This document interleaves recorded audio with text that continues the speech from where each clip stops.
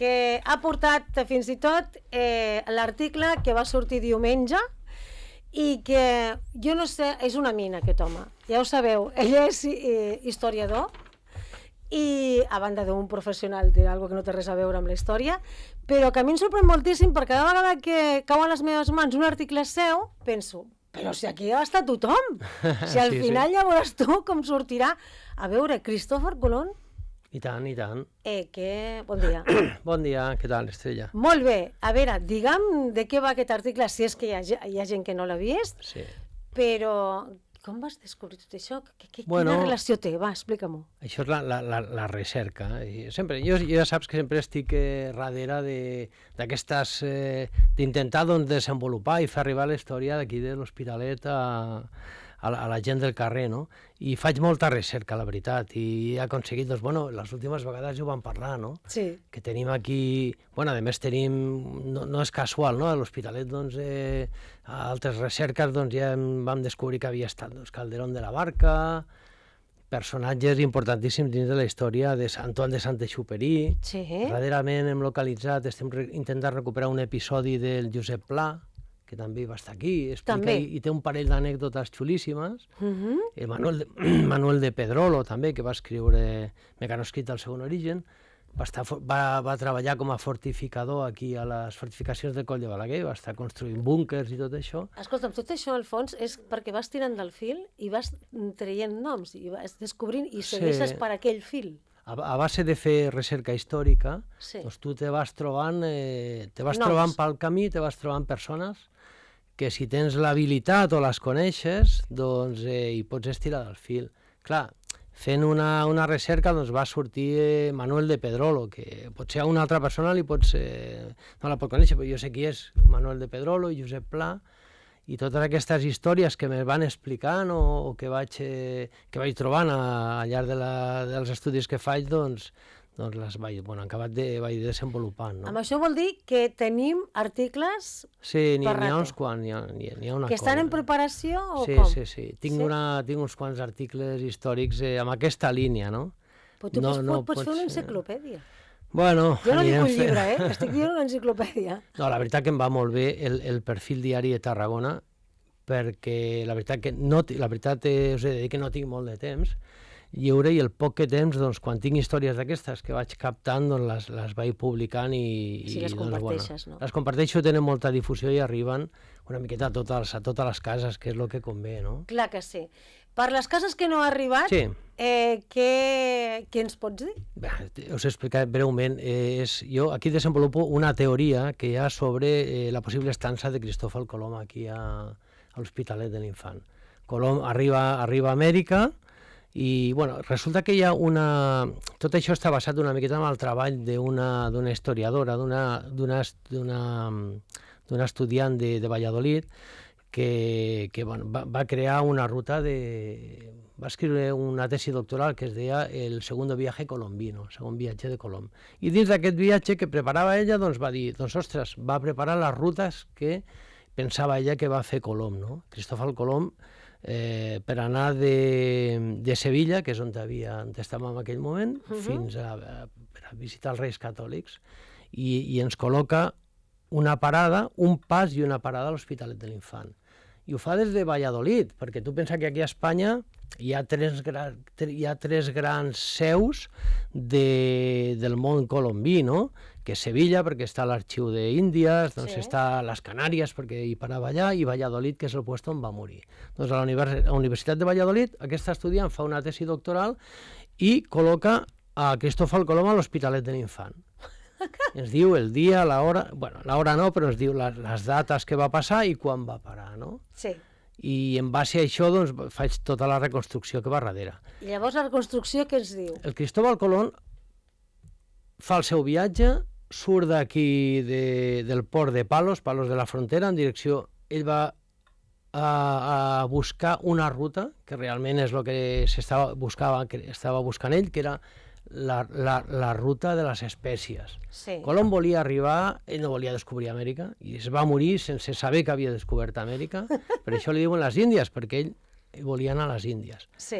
i sempre a lo mateix, el calé, no? Doncs a les Índies que hi havia doncs, estaven les Moluques, que són les Índies de les espècies, on se recollia el clavo, i ell doncs, bueno, volia arribar. El que passa que pel mig se va trobar Amèrica. Arriba el 12 d'octubre, si està un temps, i al mes de març del 93 torna al port de Palos de la Frontera una altra vegada. I d'allà, això està a Huelva i està a la mar Mediterrània.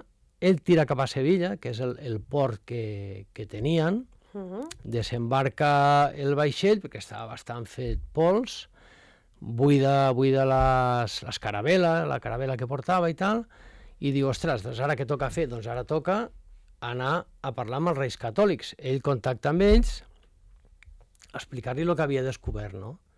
I els Reis Catòlics estaven en aquell moment a Barcelona.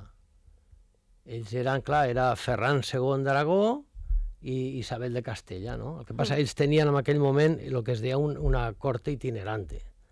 Vale. Ells tenien a Catalunya, com Aragó, que estaven en diversos llocs, dins dels seus dominis. Sí. En aquell moment ells estaven a Barcelona negociant la devolució del Rosselló i la Cerdanya. Bueno, estaven amb un cacau territorial, no? Total, que ell s'esperava que el més lògic era que ell hagués agafat el vaixell i vinga, per mar, per la Mediterrània, doncs tirés cap a Barcelona, que és on ja n'hi havia port, no?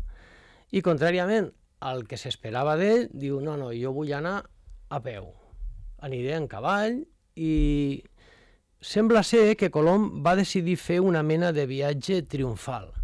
Hi havia dos motius. Primer, es pensava que les naus estaven fetes pols, i, hòstia, han arribat, després de tants mesos, doncs, han arribat en mal estat, i un altre que va decidir fer un viatge triomfal. Sí. I agafa Chino-Chano. Ell s'havia portat d'Amèrica 10 natius, sí, i dels 10 van arribar 7 només, 3 van morir pel camí. I bueno, agafa amb ells els papagais, tot el que va portar d'Amèrica per ensenyar-li, i va fer un viatge triomfal per traspassant tota Andalusia, Castella i tot el corredor del Mediterrani, que coneixem actualment, fins a arribar a Barcelona, on estaven els Reis Catòlics. I allà doncs, sembla ser que el van rebre d'una forma molt entusiasta a tot arreu, no? Acabava de descobrir, de seguida va córrer la història que havia descobert Amèrica i un nou continent, i bueno, va ser una notícia super important, no? Però bueno. Sí. I aquesta historiadora el que fa és això. Ella munta aquest viatge que fa Colón, d'anada i després de tornada. D'anada, ell situa el pas aquí entre Tortosa i Tarragona, sabem la data, però després Colón s'hi està 28 dies a Barcelona, negociant amb els Reis, preparant el segon viatge. El primer el va fer en 3 vaixells, la Santa Maria, la Pinta i la Niña, tira cap allà, i van dir, hòsties, aquí l'hem liat grossa, no? Doncs organitzen el segon viatge, ja ho fa amb 17 vaixells, no? Ja no 3, sinó 17. Van amb 17 vaixells. I torna cap aquí. Ell, el viatge de tornada, si no m'equivoco, em sembla que el situa el 30 d'abril de 1493.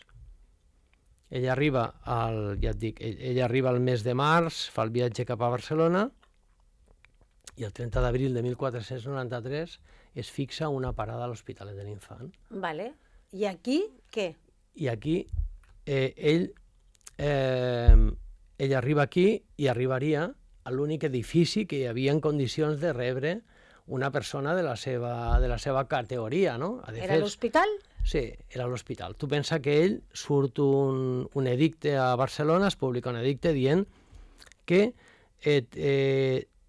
tothom havia d'atendre al senyor Cristòfol Colom amb 5 súbdits seus, que els havien d'atendre en les millors condicions i donar-li les millors habitacions. I ell arriba aquí a l'Hospitalet amb aquella data i s'hi fica l'únic lloc que s'hi podia quedar, que era l'Hospital Medieval.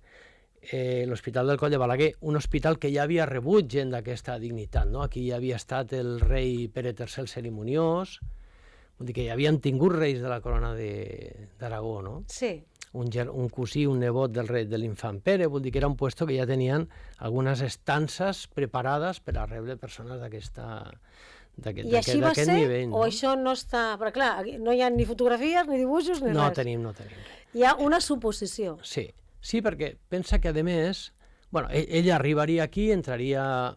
Jo faig la reconstrucció de com s'entrava. Sí, com s'entrava a l'hospital, s'entrava per la torre que va caure en 1910, que és aquella que dona la Via Augusta. Sí. Allà estava, allò era la torre d'homenatge, que era la torre més important. Allà estava la torre d'entrada, entraves pel passadís i haurien arribat al pati, on està la font, bueno, el pou, i allà, doncs, allà a la part de davant, si no m'equivoco, és el lloc on estarien les habitacions destinades a aquest tipus de persones, no? I allà es va quedar? Sí, allà es va quedar un dia, una nit, un dia passaria el dia següent va marxar cap a Tortosa. Ell feia Barcelona, Roda de Barà, segons la reconstrucció que fa Montserrat Guerrero, Roda de Barà, després de Roda de Barà vindria a l'Hospitalet i de l'Hospitalet ja el dia següent el va passar a Tortosa. Doncs d'això segurament, a lo millor, buscant d'una altra manera, trobaràs més informació, tu creus?